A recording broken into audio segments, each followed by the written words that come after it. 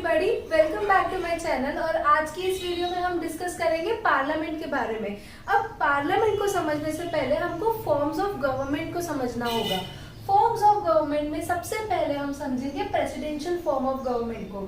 अब presidential form of government में क्या होता है, जो भी अथॉरिटीज लॉ बना रही है और पॉलिसीज बना रही है, उनका एक में के साथ में कोई भी क्लोज कनेक्शन नहीं होता है। उनको जो भी पावर्स दी गई है वो एक में से अलग होती है, उनका एक में के साथ में कोई भी क्लोज रिलेशन नहीं होता है। वहीं पे अगर हम बात करते हैं पार्लियामेंट्री फॉर्म ऑफ गवर्नमेंट में, तो जो लेजिस्लेटिव और एग्जीक्यूटिव अथॉरिटीज होती है। अब लेजिस्लेटिव अथॉरिटी मतलब कि क्या, जो लॉ बना रही है, और एग्जीक्यूटिव मतलब कि जो लॉ को इम्प्लीमेंट कर रही है। तो पार्लियामेंट्री फॉर्म ऑफ गवर्नमेंट में क्या होता है, जितने भी लेजिस्लेटिव मेंबर्स है उसी में से एग्जीक्यूटिव मेंबर्स को क्या किया जाता है, सिलेक्ट किया जाता है।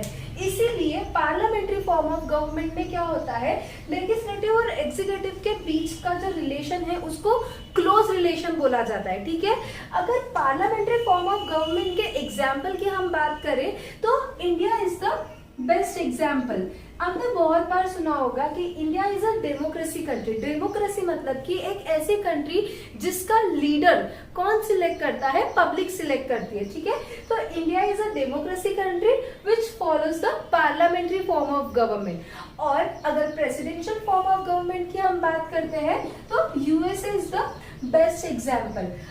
प्रेसिडेंशियल फॉर्म ऑफ गवर्नमेंट में हम तीन चीजें डिस्कस करेंगे। सबसे पहले है लोकसभा, राज्यसभा और प्रेसिडेंट। ये तीनों भी चीजें हम एक एक करके डिस्कस करेंगे। तो शुरू करते हैं लोकसभा से। लोकसभा को हाउस ऑफ द पीपल और लोअर हाउस भी बोला जाता है। हाउस ऑफ द पीपल इसलिए बोला जाता है क्योंकि लोकसभा के जितने भी मेंबर्स हैं वो कौन सिलेक्ट करता है, पीपल सिलेक्ट करते हैं, citizen of the country select करती है। ठीक है, और लोअर हाउस ये जो वर्ड है ये ब्रिटिशर्स के टाइम से चलता आ रहा है। आगे बात करते हैं, लोकसभा जो फॉलो करती है वो यूनिवर्सल एडल्ट फ्रेंचाइजी को फॉलो करती है। इसमें दो चीजें होती है। सबसे फर्स्ट है 18+ एज। जिस भी पर्सन की 18+ एज कंप्लीट हुई है वो क्या कर सकते हैं, लोकसभा के जितने भी मेंबर्स हैं उनको वोट करने के लिए वो लोग एलिजिबल होते हैं। और सेकंड इंपॉर्टेंट चीज होती है टेरिटोरियल कॉन्स्टिट्यूशन। इसमें क्या होता है, depending upon the population Lok Sabha की जो कॉन्स्टिट्यूंसीज है उनको सिलेक्ट किया जाता है पॉपुलेशन के बेसिस पे, एरिया के बेसिस पे नहीं। ठीक है, बाकी जो स्ट्रेंथ है वो 552 है, जिसमें से 530 मेंबर्स जो होते हैं वो स्टेट से सिलेक्ट करते हैं, 20 मेंबर्स जो है वो यूनियन टेरिटरीज से आते हैं, और 2 मेंबर्स ऐसे हैं जो नॉमिनेट होते हैं एंग्लो इंडियन कम्युनिटी से। करंटली 545 ऐसे मेंबर्स हैं जो इलेक्टेड मेंबर्स हैं।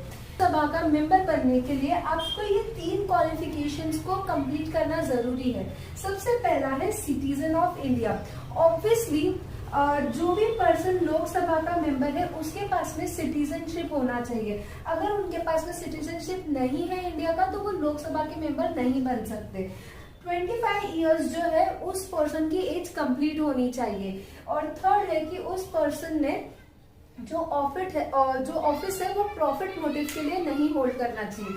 और एक और चीज, जो भी पर्सन लोकसभा का मेंबर है वो इंसॉल्वेंट नहीं होना चाहिए। आगे हम बात करेंगे ओथ की। जो भी पर्सन लोकसभा का मेंबर बन रहा है वो ओथ लेगा प्रेसिडेंट के सामने, और अगर प्रेसिडेंट एब्सेंट रहा तो जो भी पर्सन को अपॉइंट करेगा उसके सामने वो ओथ लेगा। कि जो भी लोकसभा का मेंबर है उसको ऑफिस कब छोड़ना पड़ेगा, तो सबसे पहले अगर वो मेंबर खुद चाहे तो वो रिजाइन दे सकता है, बट वो रेजिग्नेशन किसको देगा, स्पीकर को। ठीक है, लोकसभा में स्पीकर्स होते हैं। ये जो स्पीकर्स, लोकसभा के जो स्पीकर्स हैं, इसके बारे में हम अलग से समझेंगे। अभी के लिए आप इतना समझ लीजिए कि जो भी पर्सन है जिसको भी अगर खुद होके रिजाइन करना है तो उसको लेटर देना होता है स्पीकर को। यहाँ पे एक चीज आपको ध्यान रखनी होगी, अगर पर्सन बनता है, ठीक है, लोकसभा का जो मेंबर होता है तो वो ओथ किसके सामने लेगा, प्रेसिडेंट के सामने। लेकिन उसको ऑफिस छोड़ना रहा, लोकसभा का मेंबर उसको मतलब उसको रिजाइन करना रहा उसकी मेंबरशिप से, तो वो स्पीकर को रेजिग्नेशन देगा।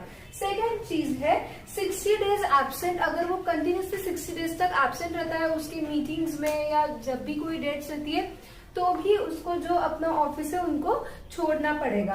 थर्ड है डिफेक्शन। अभी इसमें क्या होता है कि कोई एक मेंबर है जो इलेक्शन के टाइम पे कोई और पार्टी को सपोर्ट कर रहा है और आफ्टर इलेक्शन लोकसभा में जाके कोई दूसरे पार्टी को सपोर्ट कर रहा है, तो ऐसे मेंबर्स को भी अपना जो ऑफिस है उसको छोड़ना पड़ता है। Now the fourth is tenure. Tenure मतलब कि Lok Sabha is not a permanent house. तो जैसे ही वो पर्सन का टेन्योर खत्म हो जाता है, फिर से क्या होता है, इलेक्शन होता है और वो पर्सन को वो जो टेम्पररी जो सीट है उसको वो छोड़नी होती है। So this is all about Lok Sabha.